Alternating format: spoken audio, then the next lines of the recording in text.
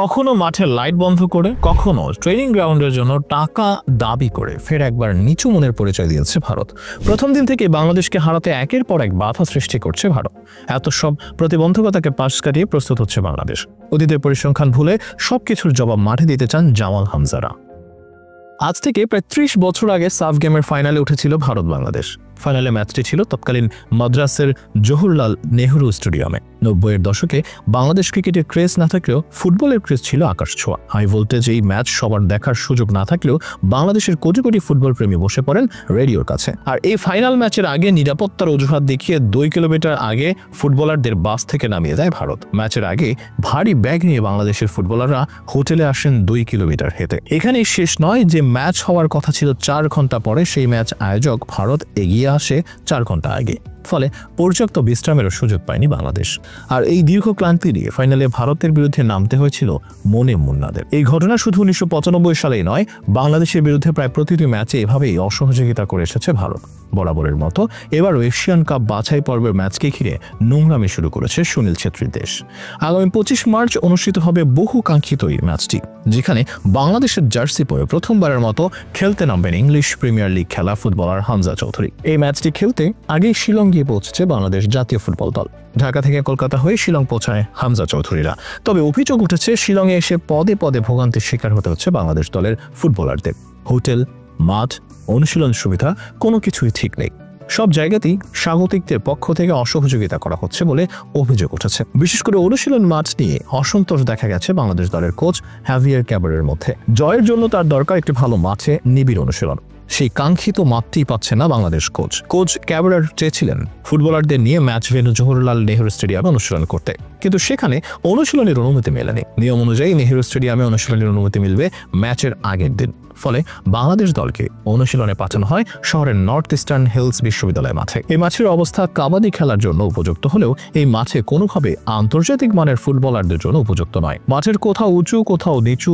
মেসিও এই মাঠে খেলতে নামলে দ্বিতীয়বার আর ভারতে আসবেন না, এমন মাঠে অনুশীলন করতে হয়েছে বলে নাখোশ কোচ ক্যাবারার। গত ২২ মার্চ অবশ্য নেহরু স্টেডিয়ামে অনুশীলন করেছে বাংলাদেশ দল, যদিও সেটা মূল স্টেডিয়ামে নয়, গ্রাউন্ড টু টার্ফ মাঠে। বাংলাদেশ দল যখন বাইরে অনুশীলন করছিল, ভারতীয়রা তখন অনুশীলন করছিল ম্যাচের মূল ভেন্যুতেই। যদিও স্বাগতিক হিসেবে সুবিধা তারা পেতেই পারে, কিন্তু প্রতিপক্ষের জন্য ভালো অনুশীলন মাঠের ব্যবস্থা করাটা নিয়ম। সেই নিয়মের তোয়াক্কা করেনি ভারত। এ নিয়ে ক্ষুব্ধ বাংলাদেশ দলের ম্যানেজার আমির খান। তিনি এ নিয়ে ক্ষোভও প্রকাশ করেছেন। আমির জানান, আমাদের ভালো মাঠ দেওয়া হচ্ছে না। এছাড়া অনুশীলনের সময় ছিল ৫:৩০, কিন্তু তারা তখনও মাঠ দেয়নি। ৫টার পরিবর্তে সন্ধ্যে ৭:৩০ যুদ্ধ করে নিতে হয়েছে মাঠ। অনুশীলনের মাঠ নিয়ে ক্ষোভ প্রকাশ করে ম্যানেজার আরও বলেন, এখানে না আসলে বোঝা মুশকিল ভোগান্তি কেমন হয়েছে। একবার তারা বলে ৬টা, আবার বলে ৪টা। সময় নিয়ে এমন বিভ্রান্তি হলে খেলোয়াড়রা লাঞ্চ করবেন কখন আর অনুশীলনই বা কখন করবে? আবার মাঠ নির্ধারণ করা হয়েছে হোটেল থেকে ১ ঘন্টার দূরত্বে। সেই মাঠে আবার টাকা দিয়ে অনুশীলন করতে হবে বাংলাদেশ দলকে। নিয়ম অনুসারে ম্যাচের একদিন আগে সব ধরনের সুযোগ সুবিধা পাবে বাংলাদেশ। এ কারণে আয়োজকেরা বাংলাদেশ দলকে বলেছে মাঠ আর নেই তাদের। সেই ভার্সিটি মাঠে বাংলাদেশের অনুশীলন দেওয়া হয়। আমির খান বলেন, ওই মাঠ ভালো নয়, ভার্সিটির মাঠে ফ্লাড লাইট নেই। এমন প্রতিকূলতায় বিরক্ত ডিফেন্ডার সাদউদ্দিন বাংলাদেশের মিডিয়াকে বলেন, এটা আমাদের জন্য অনেক সমস্যার। ঘাসের মাঠে অনুশীলন করতে পারলে ভালো হতো। একটি ভিডিওতে দেখা গেছে বাংলাদেশ দলের অনুশীলন চলাকালে ফ্লাড লাইট অফ করে দেয় ভারত। পরে বাংলাদেশের ফুটবলারদের মাঠের একপাশে সরে গিয়ে নর্মাল লাইটের আলোয় অনুশীলন করতে দেখা যায়। এত সব বাধার পর ভারতের আক্রমণ ভাগকে রুখে দিতে প্রস্তুত হচ্ছেন ডিফেন্ডার তপু বর্মন। অনুশীলন শেষে সেই দায়িত্বের কথা নিজেই জানালেন তিনি। ভারতের বিপক্ষে অনেক ম্যাচ খেলেছি, তবে এই ম্যাচ ভিন্ন, কারণ অনেক হাইপ উঠেছে এই ম্যাচকে ঘিরে।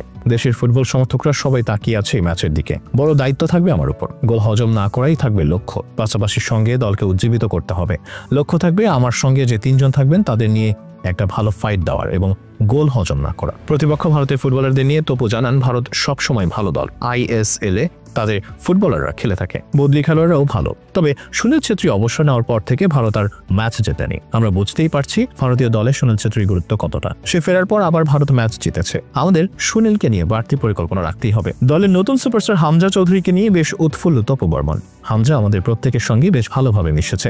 সবার সঙ্গে খুবই ভালো সম্পর্ক গড়ে উঠেছে। তার কাছ থেকে অনেক কিছু শেখার আছে। আমি সবসময় তার কাছ থেকে শেখার চেষ্টা করি। ভারতের বিপক্ষে ম্যাচ নিয়ে আশাবাদী ফরওয়ার্ড ইব্রাহিম জানান, বদলি প্রতিদ্বন্দ্বী হিসেবে নামলেও ভালো খেলার চেষ্টা থাকবে। আসলে সব জায়গায় সহযোগিতা থাকবে, সেই চ্যালেঞ্জ নিয়েই এতদূর আসা। এত ঝড়ঝাপটা মোকাবেলা করে লক্ষ্য একটাই, 2019 সালে সল্ট লেকে ভারতের বিপক্ষে যেটা হয়নি সেটা এবার হবে। সেবার শেষ দিকে গোল হজম করে জয় হাত ফসকে বেরিয়ে গিয়েছিল বাংলাদেশের। 1-1 ড্রয়ের সেই হতাশা, শিলংয়ের নানা প্রতিকূলতার সাথে হাসি মুখে লড়ে যাওয়া দলের ভেতরে বয়ে চলা প্রাণোচ্ছল আবহ যেন বলে দিচ্ছে এবার হবে।